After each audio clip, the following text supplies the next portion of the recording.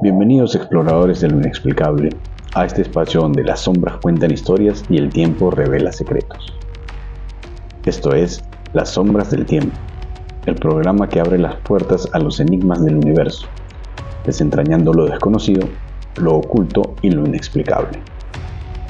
Cada semana viajaremos juntos a través de relatos sorprendentes, entrevistas fascinantes y análisis detallados de los fenómenos que desafían la lógica y nuestra comprensión del mundo.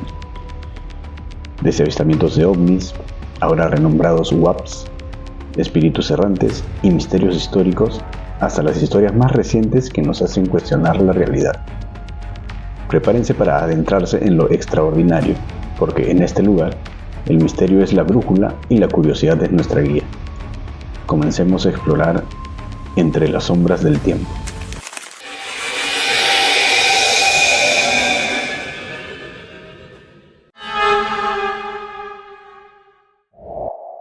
En el vasto océano de la historia y la fe, hay textos que han permanecido en la penumbra, alejados de los relatos más conocidos. Documentos antiguos que susurran historias olvidadas, versiones alternativas de los episodios más sagrados. Hoy, en las sombras del tiempo, nos adentraremos en los evangelios apócrifos. Estos textos fascinantes nos transportan al origen de María, una figura central en la fe cristiana, y revelan detalles únicos de la infancia de Jesús, historias que no forman parte de los evangelios canónicos. ¿Quién escribió estas narraciones? ¿Por qué fueron excluidas? ¿Qué secretos guardan sobre la vida y el contexto de estas figuras extraordinarias? Acompáñanos mientras desentrañamos los misterios que se ocultan entre las líneas de estos relatos apócrifos. Porque en las sombras del tiempo, lo no contado toma vida. Antes de empezar con este tema, quiero dejar en claro que cada uno es libre de creer en lo que mejor le parezca. Háblese de religión o no, yo solo voy a dar a conocer todo lo que estos textos dicen y abramos un poco la mente para escuchar y analizarlo interiormente. Finalmente, cada persona tiene fe a eso en lo que más cree. Y eso es, a su vez, en lo que basa su fe. Siendo diferentes seres o cosas en algunos casos a los que se le tenga fe. En conclusión, la fe es lo que hace poderoso a eso en lo que creen. Y la fe viene de su interior, no de fuera. Ahora sí. Primero quiero leer un resumen de un contacto extrasensorial con un ser de otro planeta llamado Genome. Esto lo encontré en una investigación cuando tenía 13 años, aproximadamente. Y desde ahí me empezó a gustar todo sobre estos temas. Y dice, la imagen que se tiene de Jesús es el resultado de una monstruosa manipulación a la que se ha visto sometido al ser humano de Occidente partiendo de la Biblia como base. Y lo cierto es que Jesús vino a decir algo muy simple.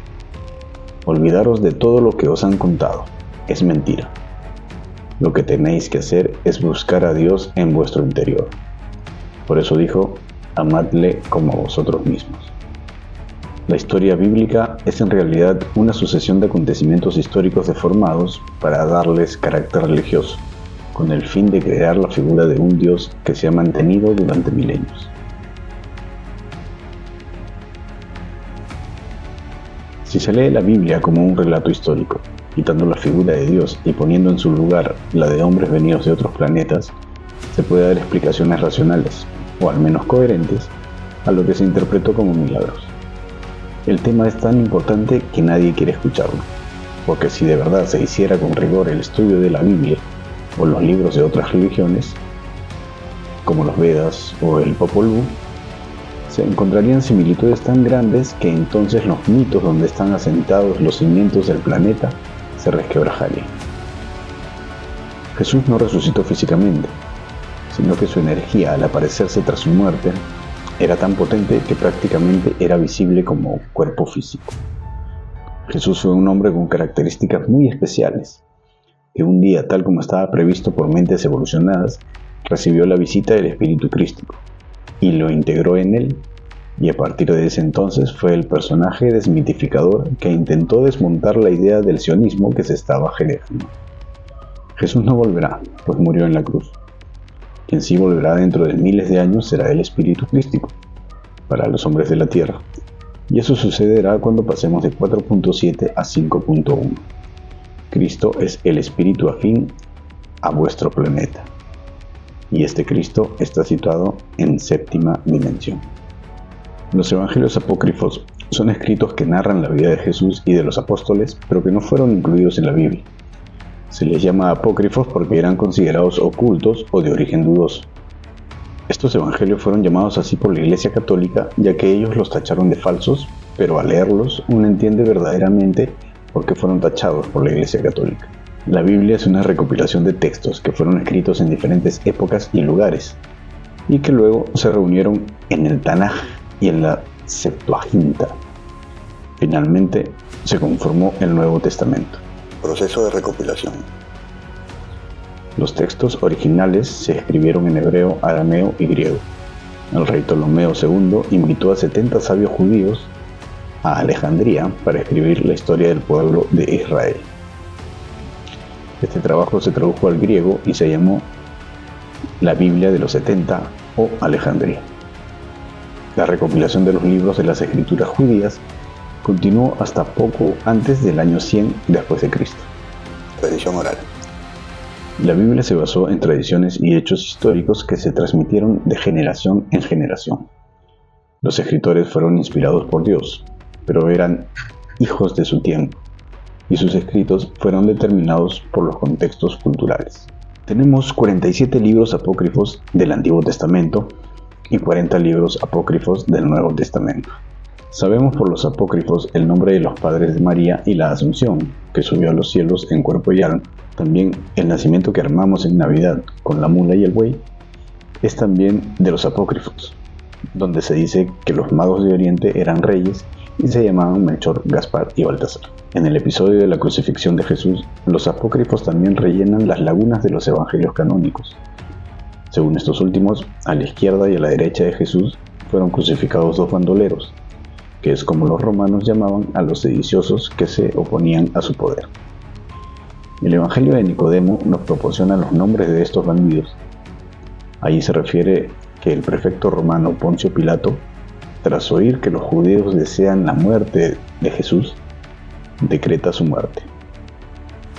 Tu raza te ha rechazado como rey, por eso he decidido que en primer lugar seas azotado según la costumbre de los reyes piadosos, y luego seas colgado en la cruz en el jardín donde fuiste apresado, y que los dos malhechores, Dimas y Gestas, sean crucificados juntamente contigo.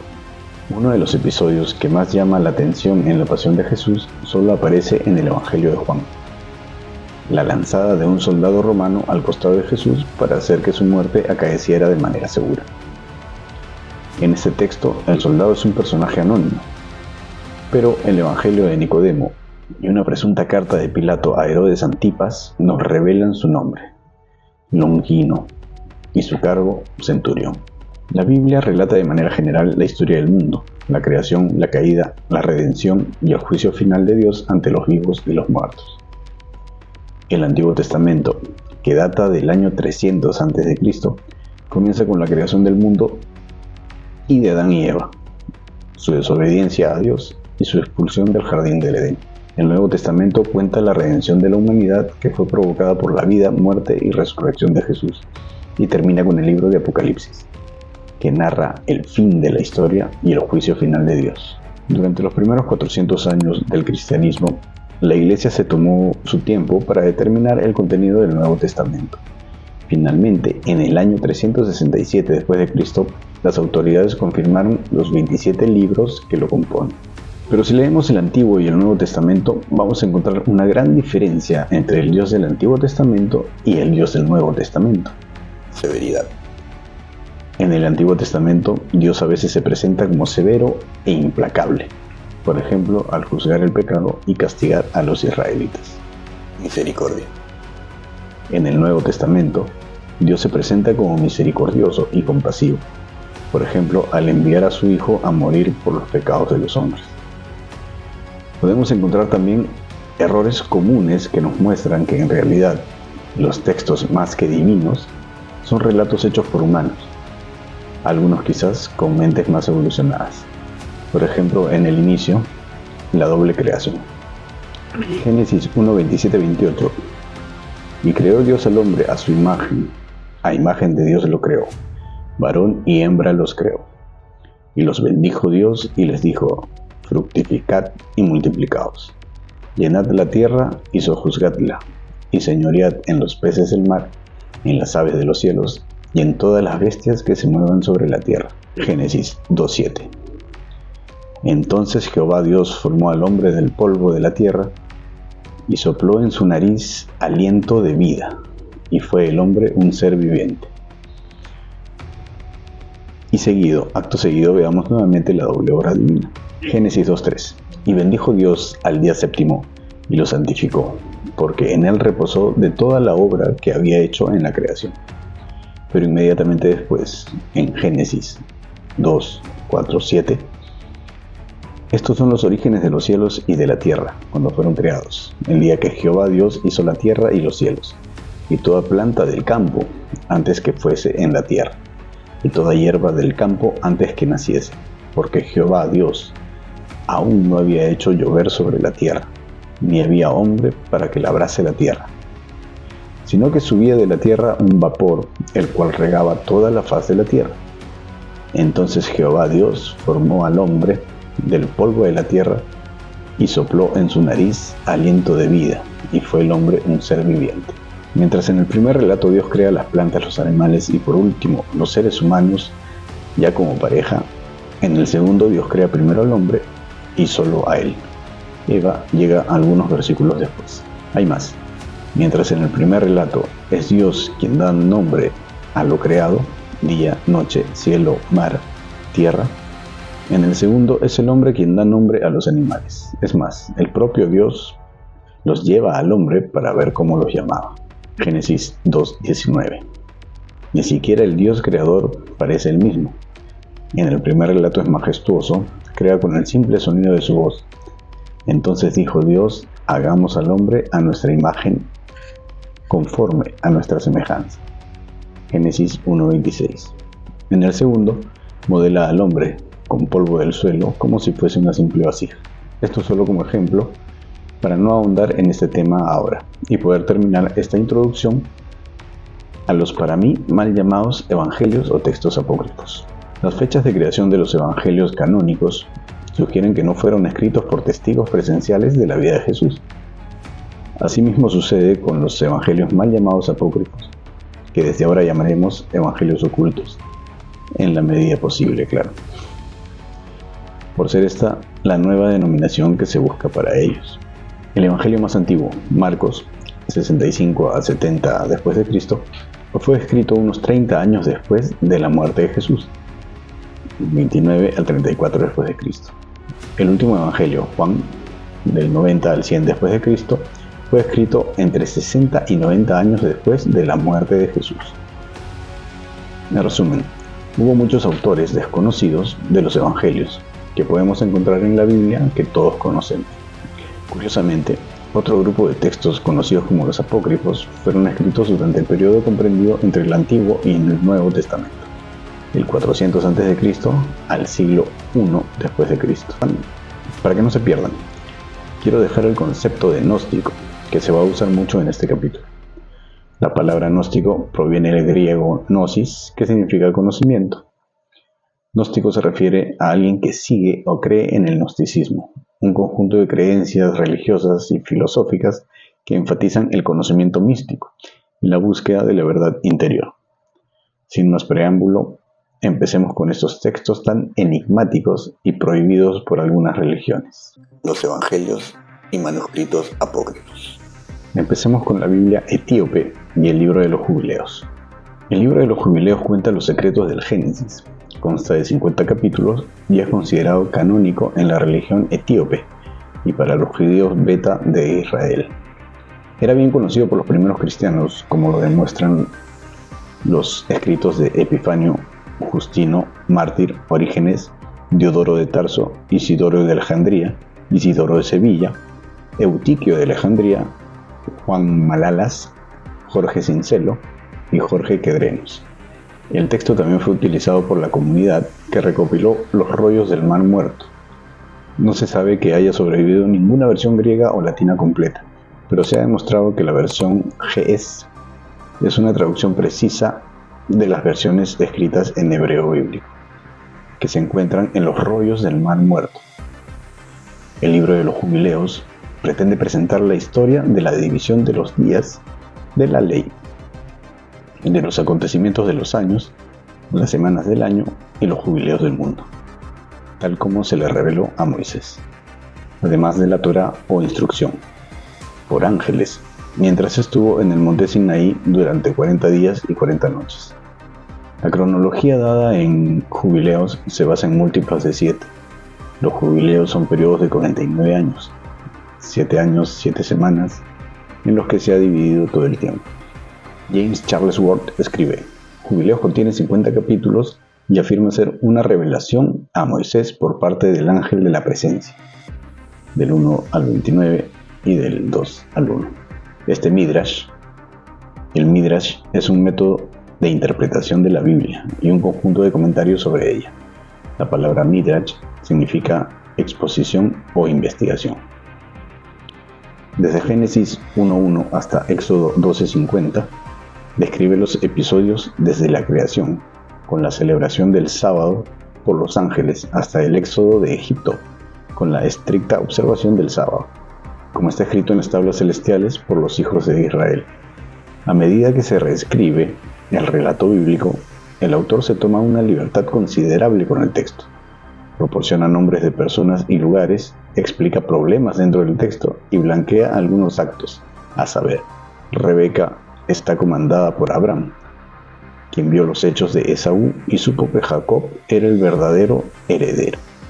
Amar y apreciar a Jacob más que a Esaú. Los patriarcas son percibidos como los innovadores de la cultura, la escritura, la medicina y el arado. Se originan respectivamente con Enoc, Noé y Abraham.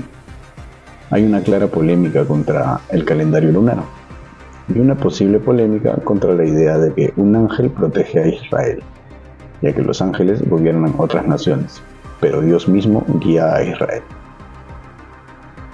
El énfasis del escrito está en la exclusividad de los judíos, no matrimonios mixtos, no comer con los gentiles, y un calendario celestial especial, y en el gozo bendito de la ley. Raymond F. Suburb escribe: se supone que los materiales de los jubileos fueron dictados por un ángel de la presencia a Moisés, después de que este último ascendiera al monte Sinaí y le informaran de los destinos que aguardaban a Israel. Jubileos es un libro de ficción religiosa, en el que el autor ha reelaborado el relato de la historia de Israel desde la creación del mundo hasta el momento de la entrega de la ley en el monte Sinaí. En comparación con el Génesis canónico que cubre el mismo territorio, hay que decir que esto complementa las historias bíblicas. Se conjetura que la información adicional se transmitió oralmente de padres a hijos a partir del capítulo 2. Jubileos es paralelo al relato de la Biblia hebrea desde Génesis 1.1 hasta Éxodo 14:31. En síntesis, lo más resaltante de este texto es que se narra el Génesis en periodos de 49 años y esto da fechas exactas a eventos como el pacto entre Dios y Abraham, que se dio en el 20º jubileo, y el Éxodo tuvo lugar durante el 50º, detallando con mucha exactitud otros eventos, como el nacimiento de figuras bíblicas, y todo encaja perfectamente en esta línea de tiempo de 49 años, lo que desafía la línea de tiempo de la historia bíblica tradicional. Para este texto, el tiempo mismo es un ciclo divino, reflejando así una renovación completa en cada uno de esos ciclos. Esto refleja antiguas creencias de que la historia se mueve en patrones repetitivos y se sugiere que estos ciclos están influenciados por las estrellas y los planetas, creando una conexión con la astrología antigua. Este texto, además, destaca el papel fundamental de los patriarcas, Abraham, Isaac y Jacob, en la configuración de la fe judía. Este intrigante texto nos hace sentir como si todo hubiese sido planeado o escrito en estos patrones, cíclicos por alguna fuerza superior o fuerzas superiores que planearon el destino y la historia de este planeta. Por último, al diablo, que tiene muchos nombres en la Biblia, en los jubileos se le conoce como Mastema es el jefe de los Nefilim, los demonios engendrados por ángeles caídos. Su nombre significa odio, lucha, confusión u hostilidad. Mastema es un ángel que persigue el mal y ejecuta los castigos de Dios. Tienta a los seres humanos y pone a prueba su fe. Es el padre de todos los males y un adulador de Dios. Aunque lidera un grupo de demonios, el texto implica que es un ángel que trabaja para Dios. Mastema aparece por primera vez en la literatura del periodo del Segundo Templo de Israel, en los fragmentos sadoquitas y los rollos del Mar Muerto. Él es el ángel de la catástrofe. Las ágrafas. Existen también las ágrafas de Jesús. Estas ágrafas son frases de Jesús que no se encuentran en la Biblia. Se encuentran muchas de ellas en el Corán. Estas son enseñanzas gnósticas de Jesús que se salen de las creencias de la religión que se hizo en su nombre. Dichoso el que deje un deseo presente por un poder que todavía no ha visto. Los gnósticos, las verdaderas enseñanzas de Jesús. Si lo analizamos y estudiamos bien, estas fueron fundadas, por así decirlo, por María Magdalena y Juan el Bautista. Para las creencias gnósticas, la realidad es un engaño de los arcontes, para impedir que alcancemos el verdadero conocimiento que es espiritual y no visible. Por esto se iban al desierto, alejándose del mundo, porque esta realidad no nos deja llegar al verdadero conocimiento. Muy parecido a las nuevas corrientes, basadas muchas de ellas en los estudios de Jacobo Grinberg.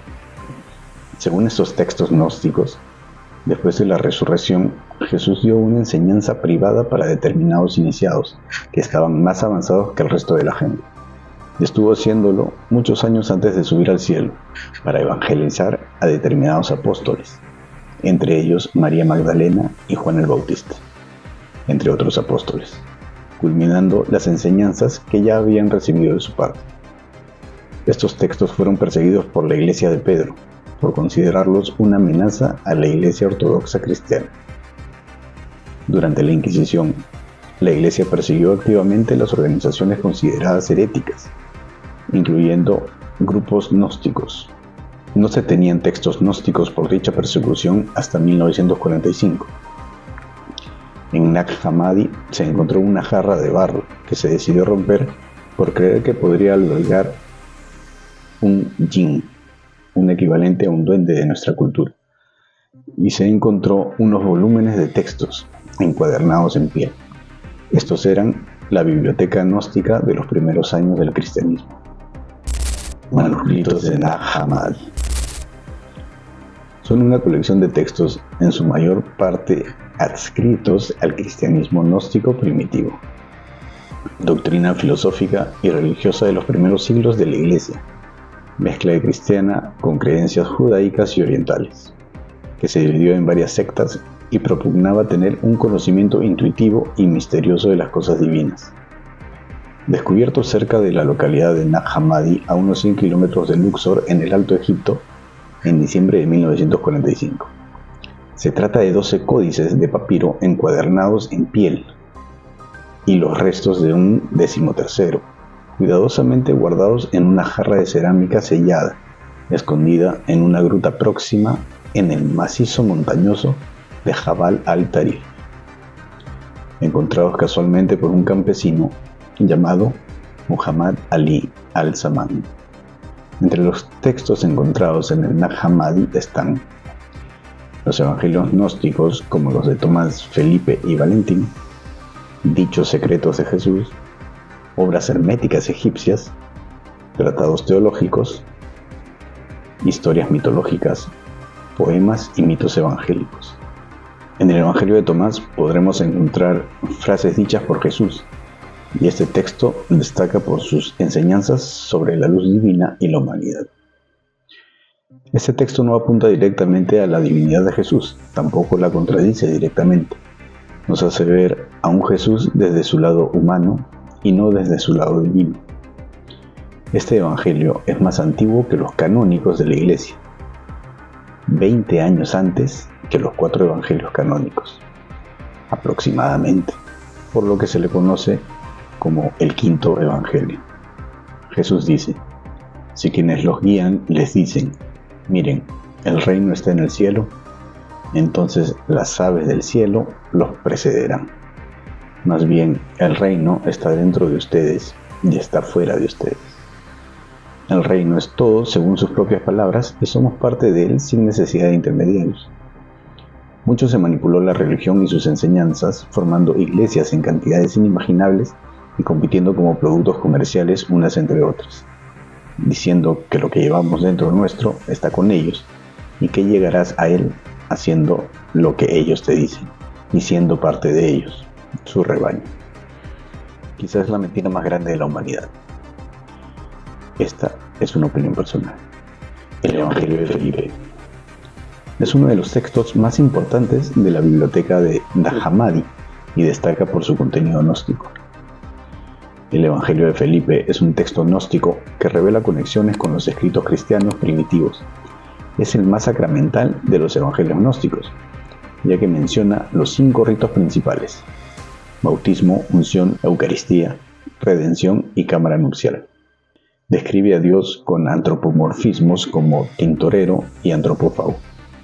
Recalca que María Magdalena es la discípula perfecta de Jesús. Dice que Jesús amaba a María más que a todos los discípulos y a menudo la besaba en la...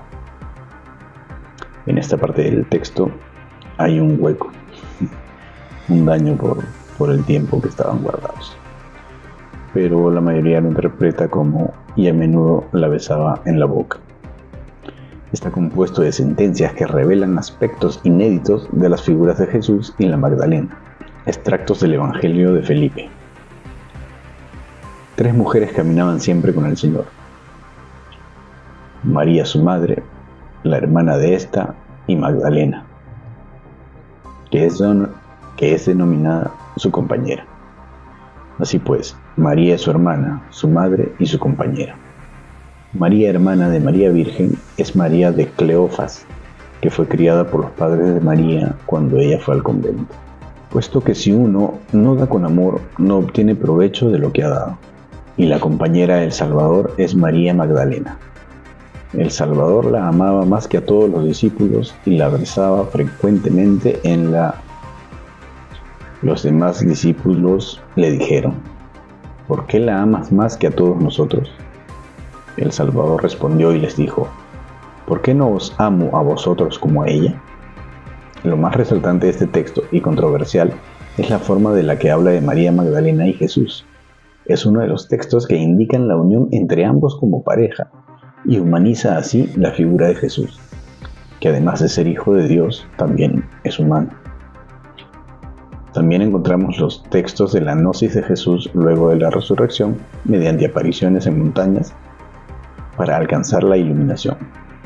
Su mensaje era que para alcanzar a Dios no necesitamos intermediarios, como lo predicaba Pedro con la Eucaristía. Todos tenemos esa chispa divina que podemos alcanzar a través de los conocimientos gnósticos, las verdaderas enseñanzas de Jesús. En el gran libro El Espíritu Invisible hay mantras inteligibles que nos llevarían a alcanzar la conexión directa con Dios, con lo divino. Algunas enseñanzas secretas dadas en estas apariciones. Quien encuentre la interpretación de estas palabras no probará la muerte. No existe la resurrección después de la muerte. Esta sucede justo antes de la muerte. Que quien busca no deje de buscar hasta que se encuentre. Y cuando encuentre, se turbará. Y cuando esté turbado, se maravillará y reinará sobre el todo. Y otras frases que decían que la verdad no está fuera, sino dentro de nosotros mismos. Si no ayunáis del mundo, no hallaréis el reino. Y quizás esta sea la frase más fuerte para con el judaísmo. Sus discípulos le dicen: ¿es provechosa la circuncisión o no? Él les ha dicho: si fuera provechosa, su padre los engendraría circuncidados de su madre, sino que la verdadera circuncisión espiritual se ha hecho totalmente provechosa. Nos dicen estas enseñanzas que todo lo que hacemos con las religiones actuales son ritos sin sentido. Es quizás esta la razón del por qué no es un texto canónico. Lo malo que nos pasa no es un abandono de Dios, como se cree normalmente. Es que hemos venido aquí para experimentar, para vivir. Es como un campo de entrenamiento esta vida. Bienaventurado el hombre que ha sufrido, él ha encontrado la vida. Entre todas estas enseñanzas, podemos entender también que el juicio final tiene una deidad que juzga para muchas religiones. Lo que no nos dicen es que esa deidad somos nosotros mismos. La balanza que mide lo bueno y lo malo que hemos hecho en nuestra vida. Al final nosotros somos lo que conocemos, que es lo bueno y lo malo que hemos hecho. Y nosotros mismos nos juzgamos. Esto coincide con varias culturas. El Evangelio de la Verdad. Este destaca por la belleza de su enunciado, siendo considerado como una obra de poder y belleza. Una preciosa homilía cristiano-gnóstica, una meditación, una reflexión o comentario entusiasta de lo que es en su esencia, en su efecto más puro y más profundo, el mensaje del Evangelio, el anuncio al mismo tiempo que el advenimiento del don de la gnosis. A los ojos del autor del Evangelio de la Verdad, lo que el Cristo en Jesús ha hecho real para el ser humano y por ello lo proclama como noticia gozosa, es el conocimiento o el reconocimiento de Dios en sí mismo y de sí mismo en Dios.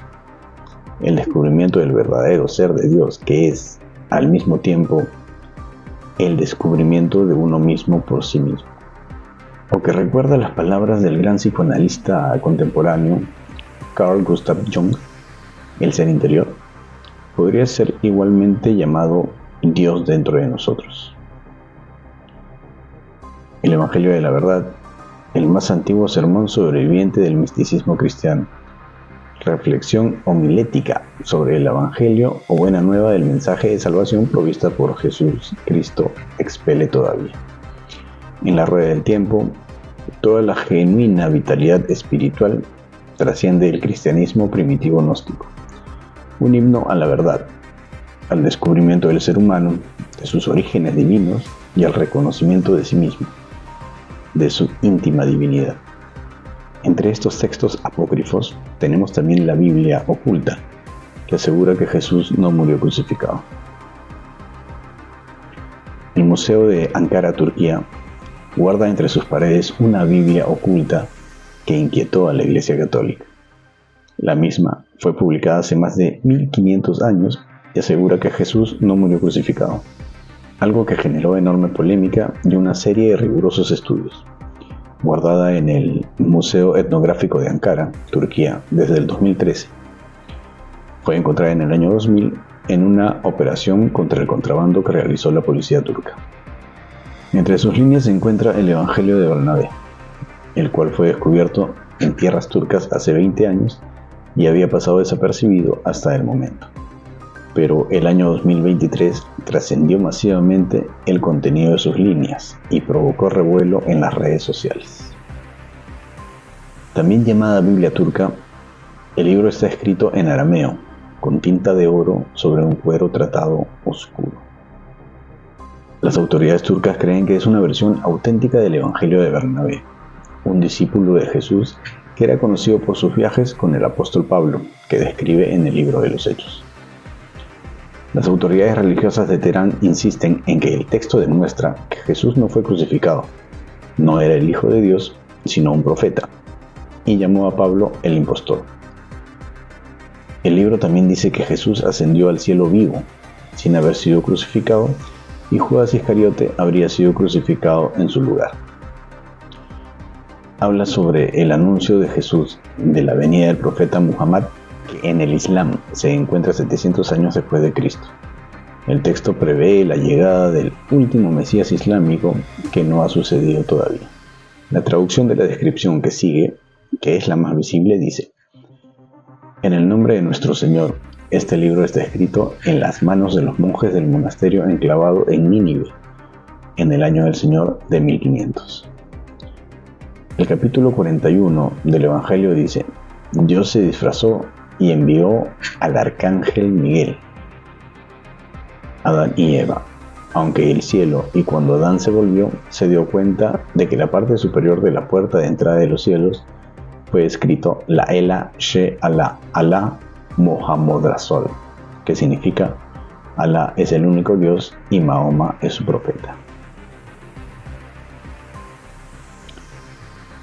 El Evangelio de Bernabé indica que Jesús no fue crucificado y quien sí se sometió a la crucifixión fue Judas Iscariote, y por ende quedaría desmentida la resurrección.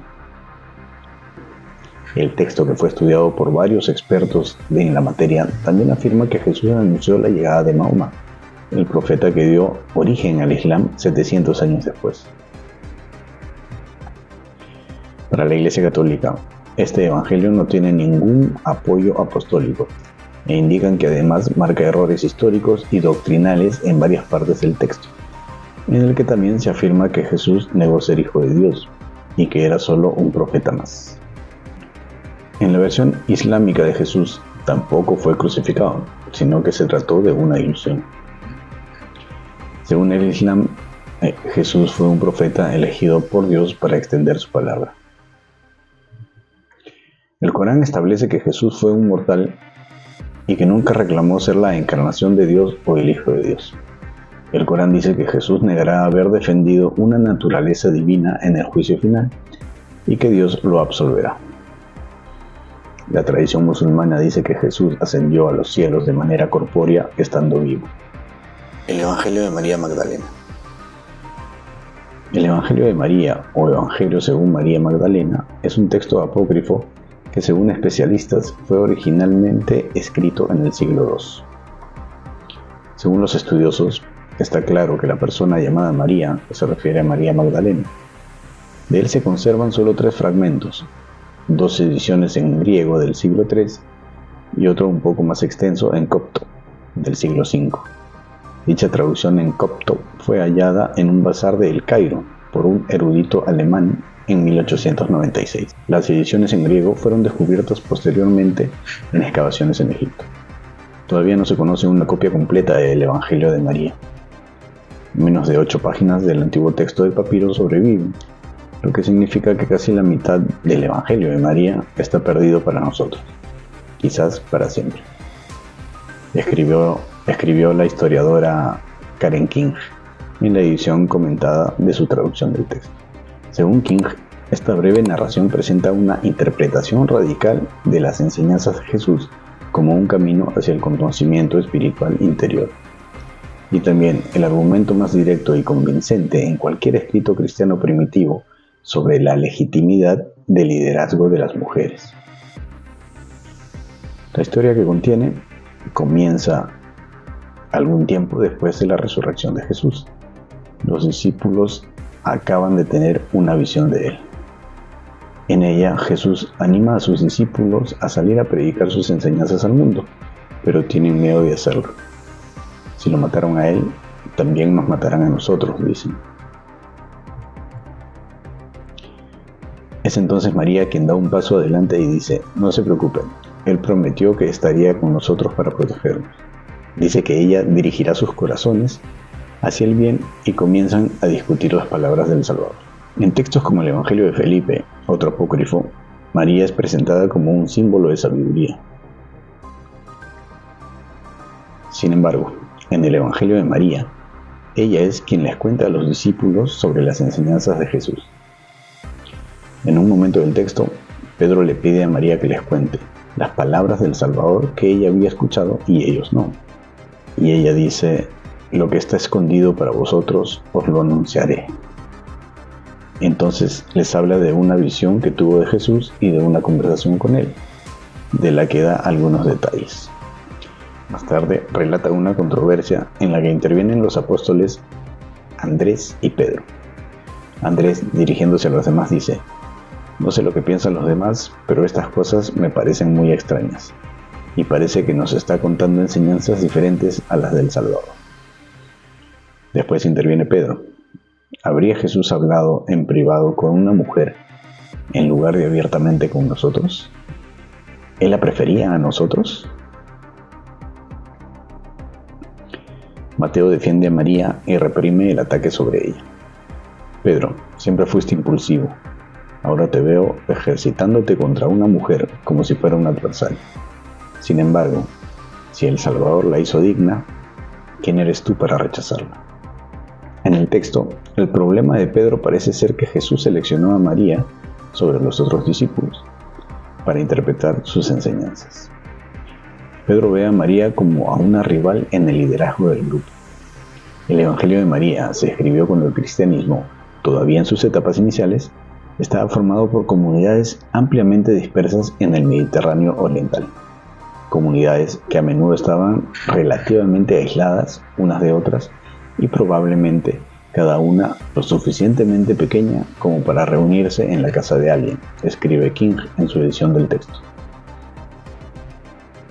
En cualquier caso, el Evangelio de María destaca la figura de María Magdalena sobre los discípulos de Jesús y proporciona información importante sobre el papel de las mujeres en la iglesia primitiva. Ahora vamos con el más conocido de todos estos textos apócrifos. El libro de Enoc. El libro de Enoc es anterior a la Biblia, no es originario de los textos de Qumran, aunque algunos fragmentos fueron encontrados en esas cuevas junto al Mar Muerto. Se cree que fue escrito por autores judíos entre los siglos 3 a.C. y 1 después de Cristo. Aunque algunos fragmentos del texto se encontraron en las cuevas de Qumran, los manuscritos del Mar Muerto que incluyen esos fragmentos no son el origen del libro de Enoc.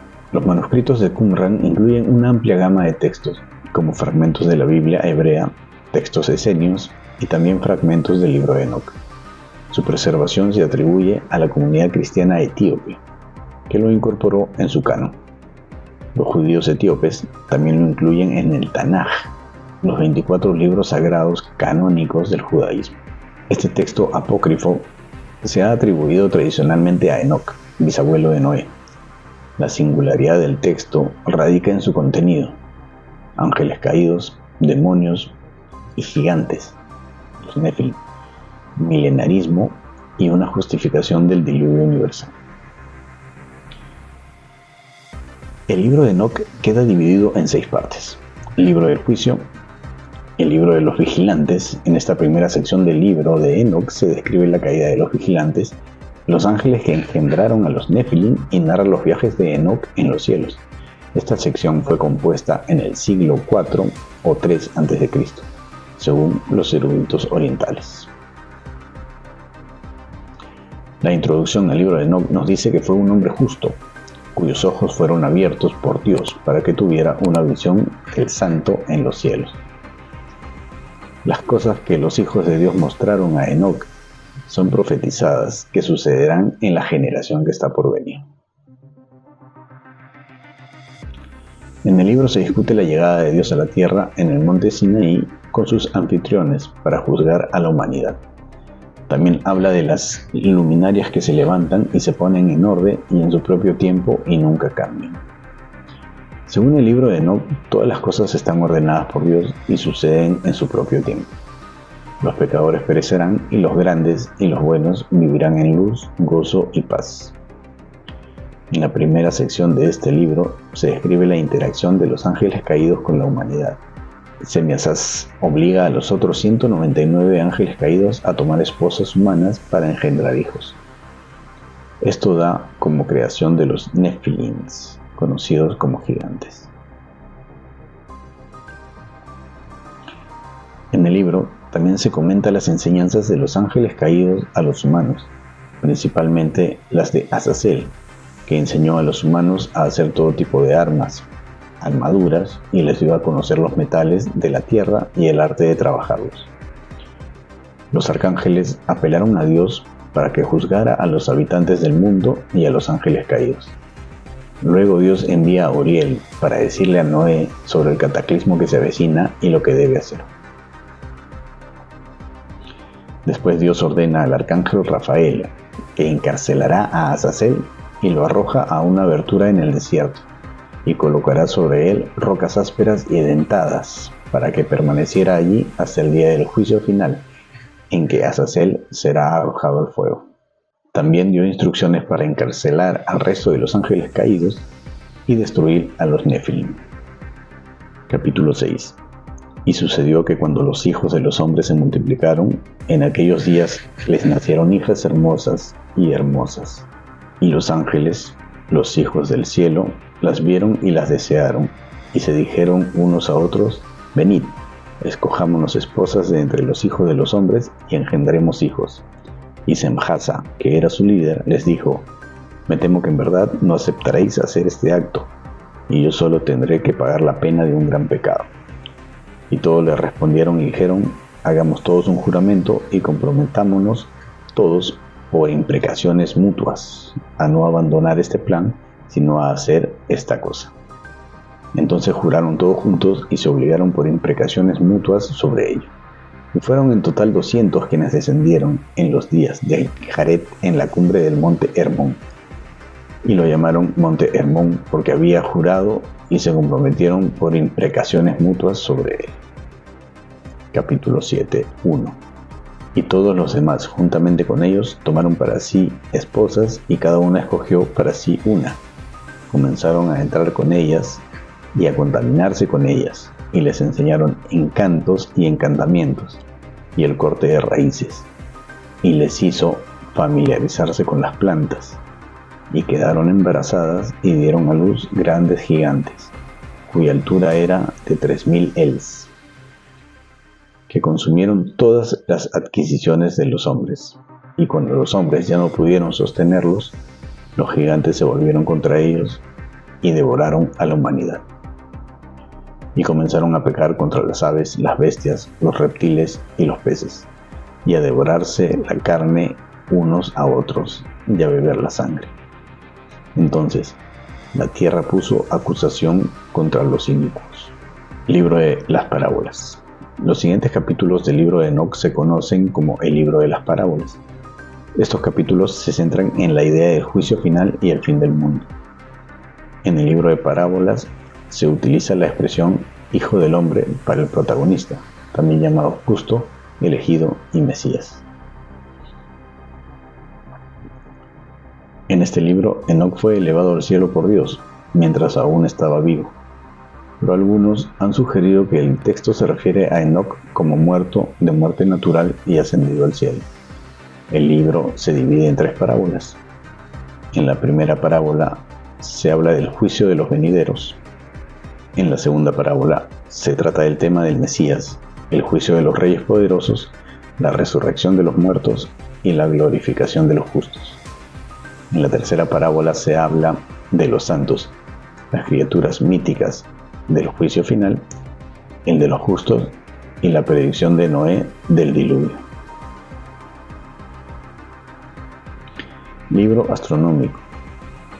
Este libro contiene descripciones del movimiento de los cuerpos celestes y del firmamento, como un conocimiento revelado a Enoc en sus viajes al cielo guiado por Uriel. También describe el calendario solar, que fue usado por la secta del Mar Muerto. El año estaba compuesto por 364 días, divididos en 4 estaciones iguales de 91 días cada una. Cada estación se componía de 3 meses iguales de 30 días, más un día extra al final del tercer mes. Todo el año estaba compuesto por 52 semanas y todos los días del calendario ocurrían siempre en el mismo día de la semana.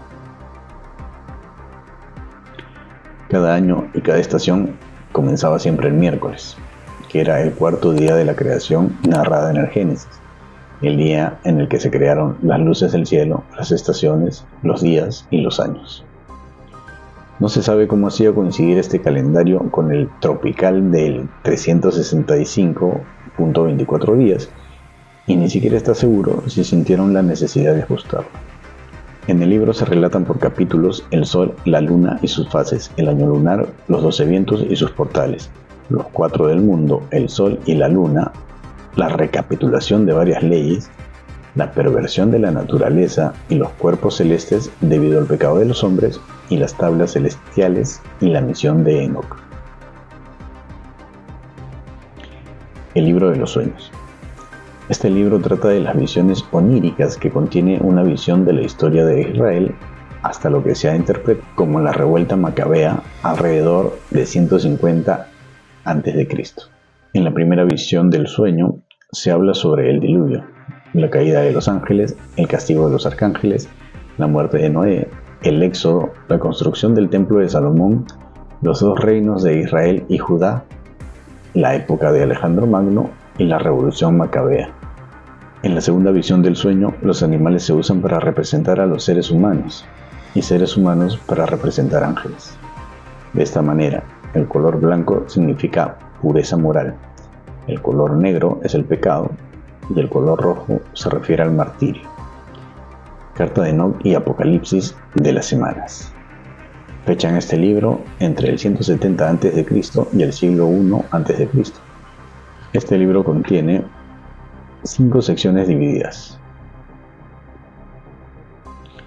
El Apocalipsis de las semanas narra la historia del mundo en 10 periodos, 7 del pasado y 3 del futuro. La exhortación es una breve lista de pasos a seguir para la justicia dicha por Enoc a su hijo Matusalén. La epístola está dividida en 2 partes. En la primera describe la sabiduría del Señor, la recompensa final del justo y el castigo del mal y los 2 caminos separados de justicia e injusticia. En la segunda hay 6 predicciones contra los pecadores, el testimonio de toda la creación contra ellos y la seguridad del destino después de la muerte. El nacimiento de Noé, en esta parte, habla del diluvio y de Noé, que nació con la apariencia de un ángel. La conclusión es un apéndice, posiblemente obra del redactor final, donde destaca la generación de luz en oposición a los pecadores destinados a las tinieblas. El libro de Enoc fue apartado del canon en el año 364. Sin embargo, no deja de ser un referente histórico y religioso. El protoevangelio de Santiago. El manuscrito más antiguo del protoevangelio de Santiago es un papiro encontrado en 1958, que se conserva en la biblioteca Bodmeriana de Cologne, en Suiza. Este papiro data de finales del siglo III a comienzos del siglo IV. El protoevangelio de Santiago es un texto apócrifo que narra hechos anteriores al nacimiento de Jesús. El humanista y jesuita francés Guillermo Postel lo tradujo al latín y lo dio a conocer en Occidente.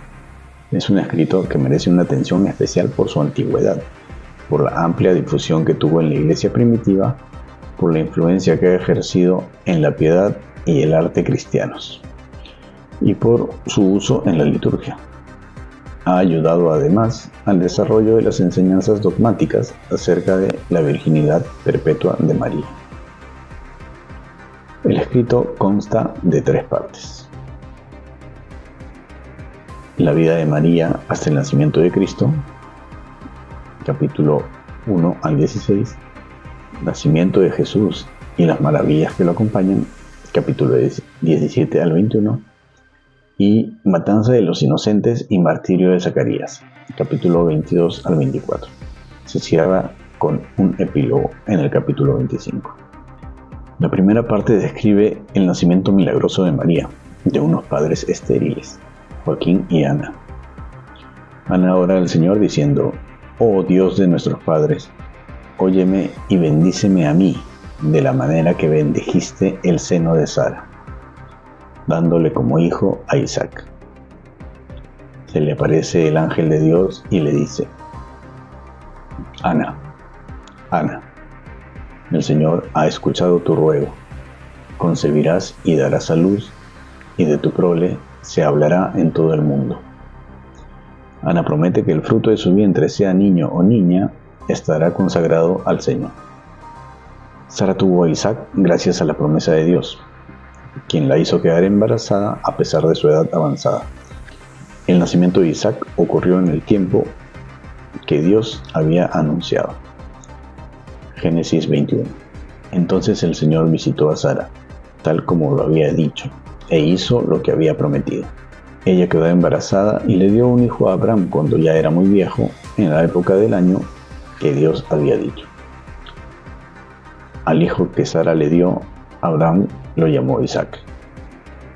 Abraham circuncidó a su hijo Isaac cuando cumplió 8 días de nacido, tal como Dios se lo había ordenado. Abraham ya tenía 100 años de edad cuando nació su hijo Isaac. Llegado el tiempo del alumbramiento, Ana preguntó a la comadrona: ¿qué es lo que he dado a luz? Le responden: una niña. Y Ana exclamó: mi alma ha sido enaltecida. Y reclinó a la niña en la cuna. Ana se purificó, dio el pecho a la niña y le puso por nombre Mariam. La niña Mariam fue llevada al templo a los 3 años. El sacerdote la recibe y tras haberla besado, la bendice. El Señor ha engrandecido tu nombre por todas las generaciones, pues al fin de los tiempos manifestará en ti su redención a los hijos de Israel. A los 12 años fue confiada a José para que la custodiase. José, según el protoevangelio, es un anciano viudo que tiene ya otros hijos.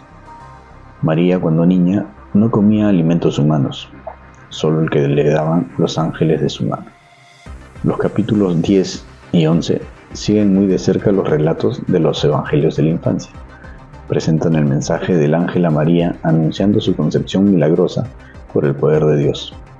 María responde al ángel: he aquí la esclava del Señor, en su presencia. Hágase en mí según tu palabra.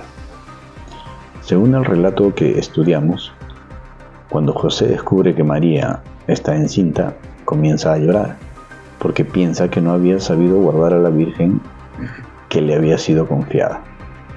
Ante sus dudas, un ángel se le aparece para decirle: no temas por esta doncella, pues lo que lleva en sus entrañas es fruto del Espíritu Santo. Dará a luz un hijo y le pondrás por nombre Jesús, pues él ha de salvar a su pueblo de sus propios pecados. José le invita a quedarse, pero el ángel le dijo que no puede, porque sus alimentos no son de este mundo. Cuando Ana, el escriba, descubre el embarazo de María, acusa a José ante el sacerdote de no haber respetado la virginidad de María. José y María declaran su inocencia ante el sacerdote y son sometidos a la prueba de las aguas amargas, descrita en Números 5, del 11 al 31. La inocencia de ambos queda comprobada y José, tomando a María, marchó a su casa lleno de gozo. Uno de los puntos que aparecen destacados en el protoevangelio es el tema de la virginidad perpetua de María. Ya ha quedado de manifiesto la concepción virginal por el anuncio del ángel, pero también el nacimiento de Cristo es presentado de forma extraordinaria. Al acercarse el momento del alumbramiento, José va en busca de una comadrona. Cuando regresa con ella, ve una nube luminosa que cubre la cueva donde se encuentra María. De repente, la nube empezó a retirarse de la gruta y brilló dentro una luz tan grande que nuestros ojos no podían resistirla.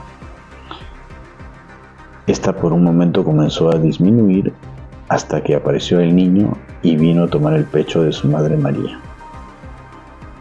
La partera entonces dio un grito diciendo: grande es para mí el día de hoy, ya que he podido ver con mis propios ojos un nuevo milagro.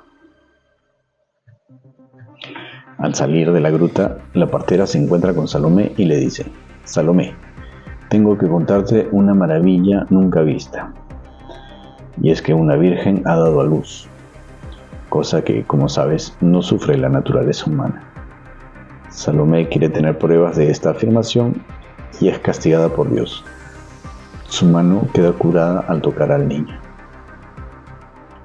Algunos autores han acusado al protoevangelio de presentar el nacimiento de Cristo de forma doceta, como si Jesús tuviera solo una humanidad aparente.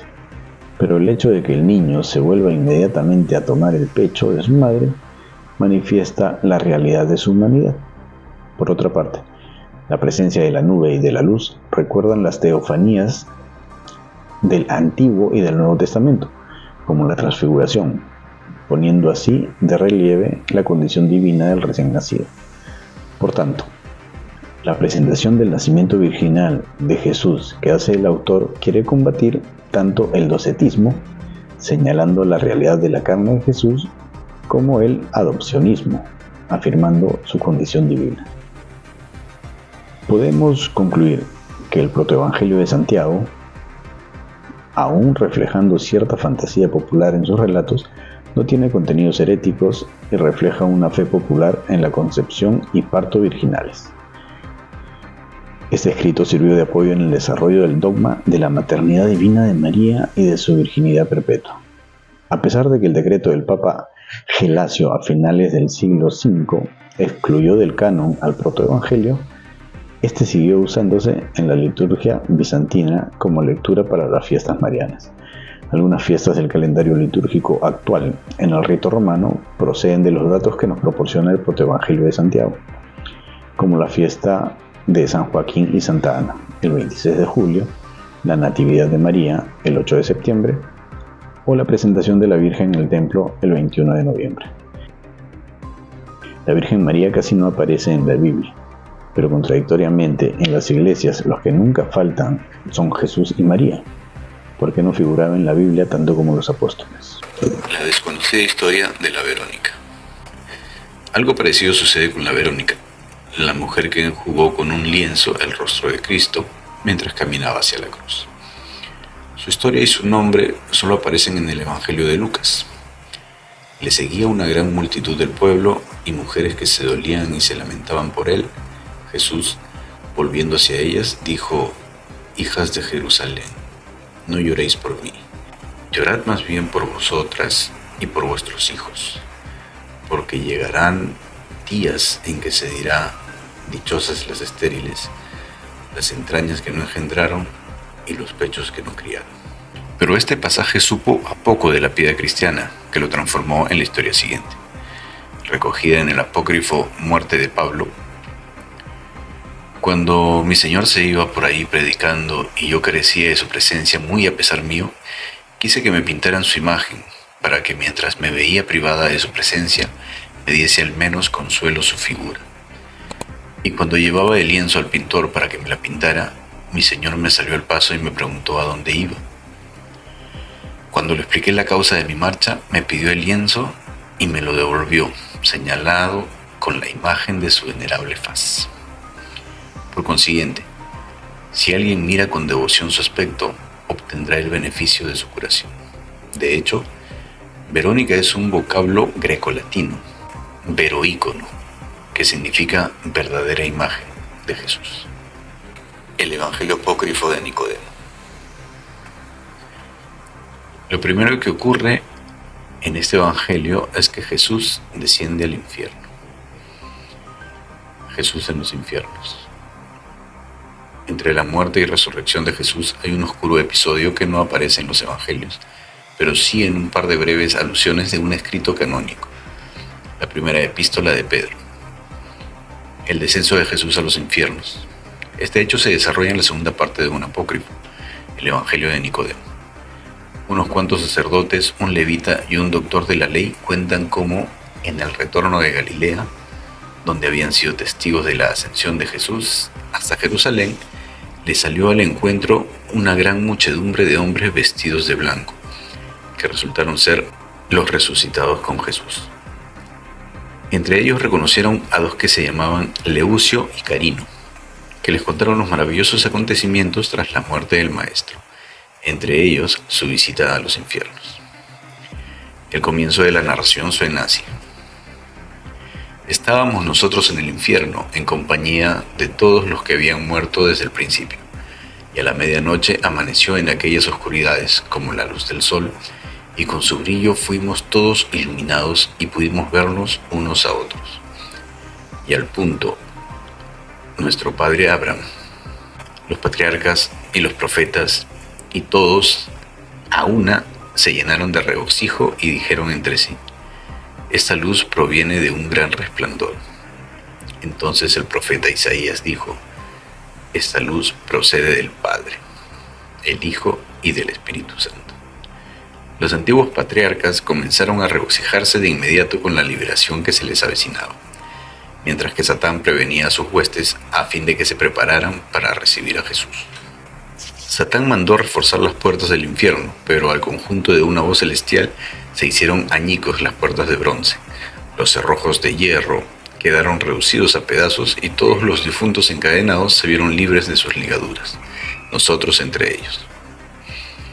Entonces penetró dentro el Rey de la Gloria en figura humana, y todos los antros oscuros del infierno fueron iluminados. Enseguida se puso a gritar el infierno mismo: hemos sido vencidos. Jesús tomó por la coronilla a Satán y se lo entregó al mismo infierno, para que lo mantuviera a buen recaudo.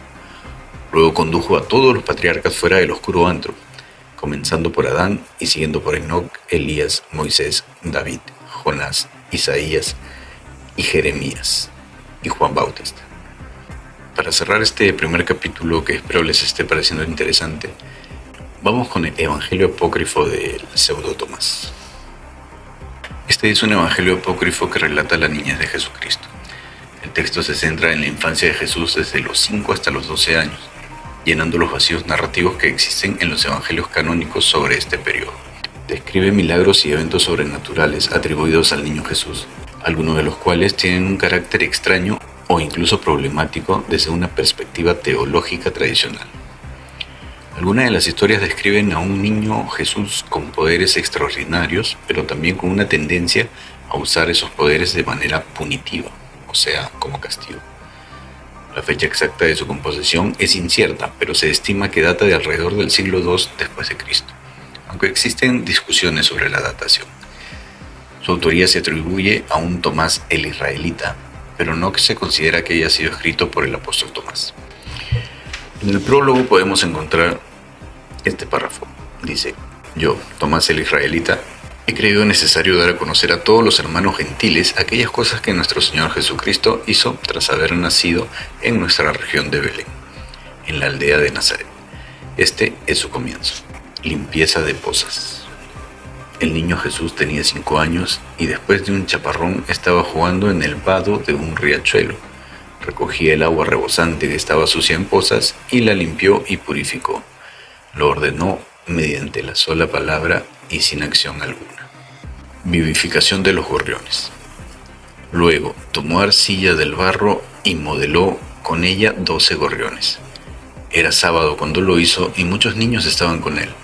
Pero un judío, viendo al niño Jesús hacer eso con los otros niños, fue donde su padre José y acusó al niño Jesús, diciendo: ha hecho arcilla el sábado, lo cual no es lícito, y ha modelado 12 gorriones. Entonces fue José y le reprendió diciendo: ¿por qué haces esto el sábado?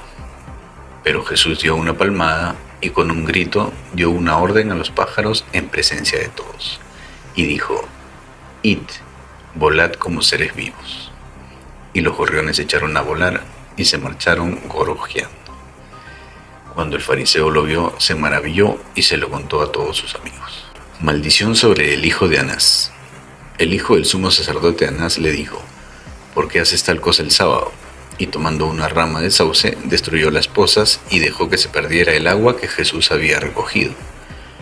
Y secó las pozas que había recogido. Jesús, al ver lo ocurrido, le dijo: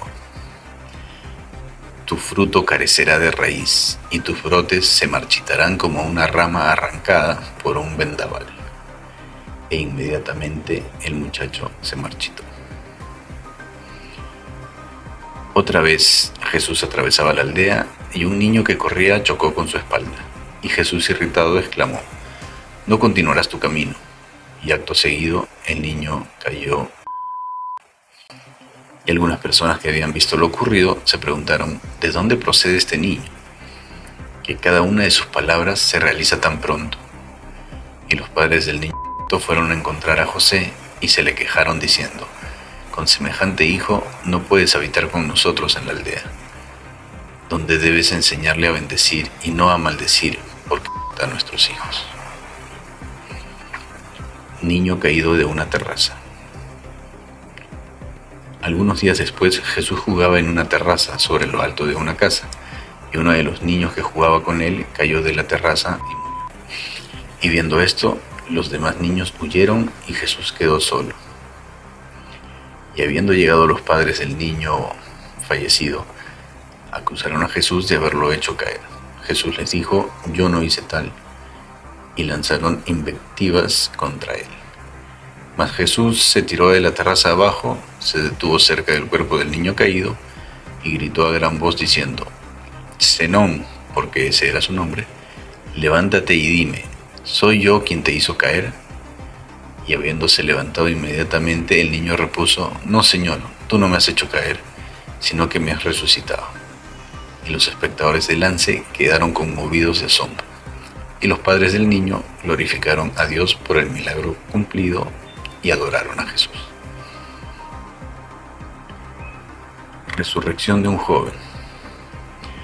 Pasados otros cuantos días, un joven cortaba leña en las proximidades del pueblo, y he aquí que su hacha le hendió la planta del pie, y falleció por haber perdido toda su sangre.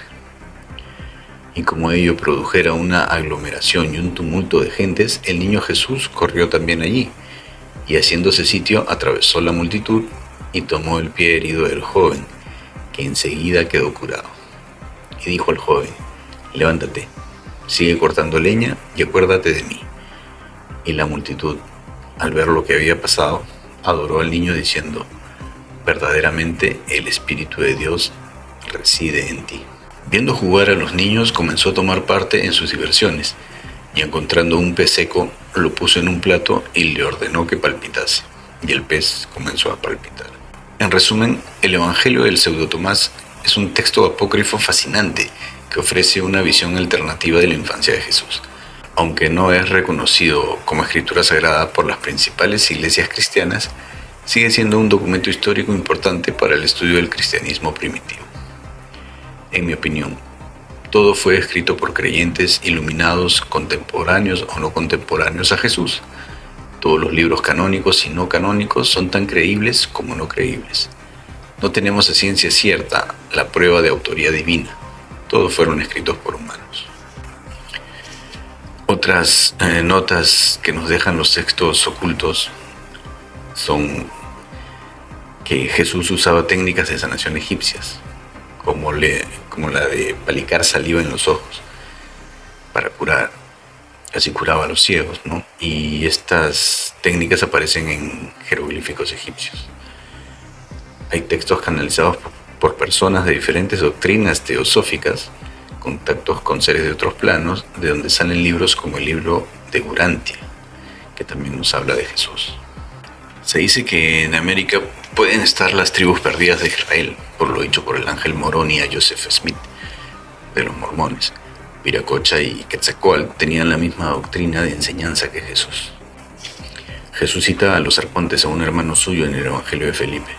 No se refiere al apóstol, sino a un cercano de Jesús llamado Felipe. Santiago dijo: me besó en la boca y me abrazó diciendo: amado mío, he aquí que voy a revelarte aquellas cosas que los cielos no han conocido ni tampoco los arcontes. Los arcontes quisieron engañar al hombre viendo que éste tenía parentesco con los verdaderamente buenos. Quitaron el nombre a los que son buenos y se lo dieron a los que no son buenos, con el fin de engañarle a través de los nombres y vincularle a los que no son buenos. Luego, en el caso de que quieran hacerles un favor, harán que se separen de los que no son buenos y los integran entre los que son buenos, que ellos ya conocían, pues ellos pretendían raptar al que es libre y hacerlo su esclavo para siempre. En algunas corrientes del gnosticismo, especialmente en el gnosticismo cristiano, Yahvé es identificado como el demiurgo o un arconte, una deidad inferior que creó el mundo material y es considerada responsable de la existencia del sufrimiento y la maldad en el mundo. Este demiurgo arconte, a menudo identificado con el Yahvé del Antiguo Testamento, es visto como un ser imperfecto e incluso malvado, que se encuentra separado de la verdadera deidad trascendental. Este ser pedía pactos de sangre, pedía sacrificios, y su actuar era muy diferente al Dios del Nuevo Testamento. El gnosticismo y la dualidad divina. El gnosticismo en general se caracteriza por la idea de una dualidad cósmica. Existe una deidad superior, trascendente e incomprensible, que es la fuente del bien y el origen de la creación, y una deidad inferior, el demiurgo, que es quien crea el mundo material y es responsable de la existencia del sufrimiento y la maldad en el mundo. En el gnosticismo cristiano, el Yahvé del Antiguo Testamento es a menudo identificado con este demiurgo arconte. Esto se debe a que Yahvé es visto como el creador del mundo material y los gnósticos los consideran responsable de la existencia de la materia, la corrupción y el sufrimiento que experimentan los humanos en este mundo. Adoraba los sacrificios, el olor a la sangre y a lo quemado. Tenemos también, y lo dejaremos para el próximo capítulo, la vida secreta de Jesús y la tumba de Cristo en Cachemira, India, y la tumba de Cristo en Shingo, Japón. Y a pesar que siempre se nos enseñó que no hay textos escritos por Jesús, también les hablaré del texto escrito por sus propias manos y la bella historia alrededor de ella. Bueno, gracias por acompañarme en este primer capítulo, que espero les haya parecido interesante. Compartan, dejen su like y suscríbanse. Así me ayudan a realizar más programas como este. Buenas noches.